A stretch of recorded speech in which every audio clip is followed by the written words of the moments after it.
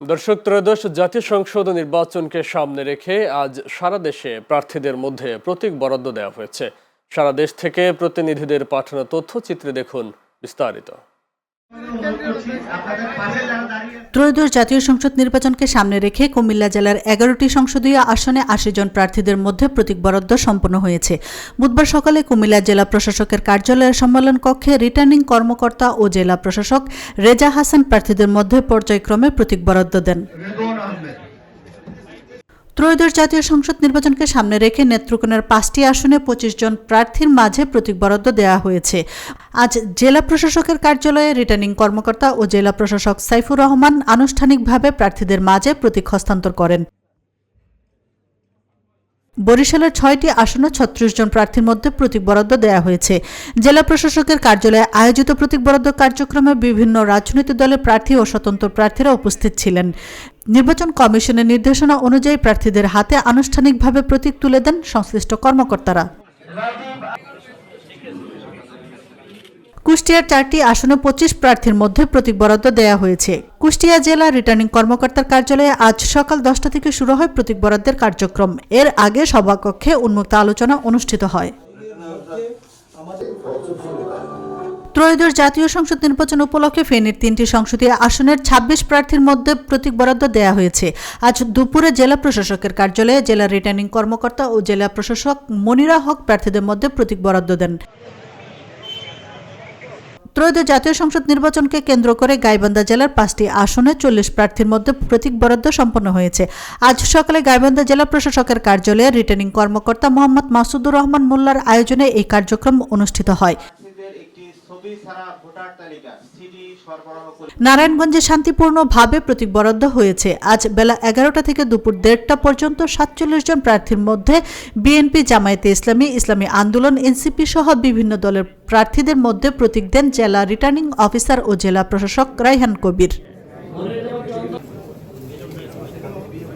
আসন্ন ত্রয়োদশ জাতীয় সংসদ নির্বাচনকে সামনে রেখে পঞ্চগড় জেলার 2টি আসনে মোট 15 জন প্রার্থীকে প্রতীক বরাদ্দ দেওয়া হয়েছে। আজ দুপুরে জেলা প্রশাসকের সম্মেলন কক্ষে জেলা প্রশাসক ও রিটার্নিং কর্মকর্তা কাজী মোহাম্মদ সাইমুজ্জামান প্রার্থীদের মাঝে আনুষ্ঠানিকভাবে প্রতীক বরাদ্দ দেন। টাঙ্গাইলে 8টি আসনে দলীয় ও স্বতন্ত্র মিলিয়ে 47 জন প্রার্থীর মাঝে প্রতীক বরাদ্দ দেওয়া হয়েছে। আজ বেলা 11টার দিকে জেলা রিটার্নিং অফিসারের কার্যালয়ে জেলা রিটার্নিং কর্মকর্তা শরীফা হক প্রতীক বরাদ্দ দেন। ত্রয়োদশ জাতীয় সংসদ নির্বাচনে সিরাজগঞ্জের 6টি সংসদীয় আসনে 35 জন প্রার্থীদের প্রতীক বরাদ্দ দেওয়া হয়েছে। আজ সকাল 10:30টা থেকে জেলা প্রশাসক কার্যালয়ে শহীদ শামসুদ্দিন সম্মেলন কক্ষে জেলা প্রশাসক ও জেলা রিটার্নিং কর্মকর্তা মোহাম্মদ আমিনুল ইসলামের সভাপতিত্বে প্রতীক বরাদ্দ শুরু হয়ে শেষ হয় বেলা 12:30টায়। ত্রয়োদশ জাতীয় সংসদ নির্বাচনে জামালপুর জেলার 5টি সংসদীয় আসনে 31 জন প্রার্থীর মাঝে প্রতীক বরাদ্দ দেওয়া হয়েছে।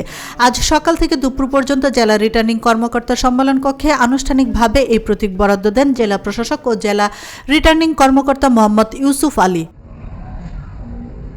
সংসদ নির্বাচনে ব্রাহ্মণবাড়িয়ার 6টি সংসদীয় আসনের 48 জন প্রার্থীর মাঝে প্রতীক বরাদ্দ দেওয়া হয়েছে। আজ দুপুরে জেলা প্রশাসক ও রিটার্নিং কর্মকর্তার কার্যালয়ে এই প্রতীক বরাদ্দ দেওয়া হয়।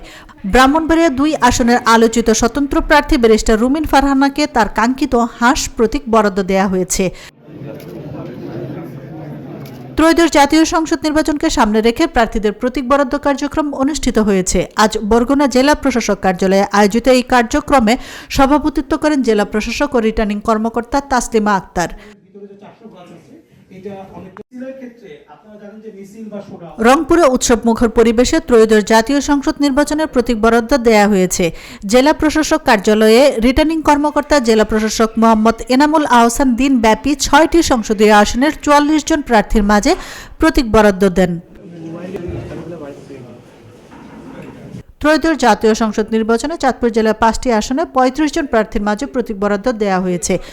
35 প্রার্থীর মধ্যে চাঁদপুর 4 ফরিদগঞ্জ আসনে স্বতন্ত্র প্রার্থী আব্দুল হান্নান চিংড়ি মাছ ও জাকির হোসেন ঘুড়ি প্রতীক পেয়েছেন। এছাড়া বাকি 33 প্রার্থী পেয়েছেন দলীয় প্রতীক। ঝালকাঠির 2টি সংসদীয় আসনে উৎসবমুখর পরিবেশে প্রতীক বরাদ্দ সম্পন্ন হয়েছে। আজ সকালে জেলা রিটার্নিং কর্মকর্তা জেলা প্রশাসক মোমিনুদ্দিন প্রার্থীদের হাতে প্রতীক তুলে দেন। আশরাফুন নাহার মালা, চ্যানেল এস, নিউজ ডেস্ক।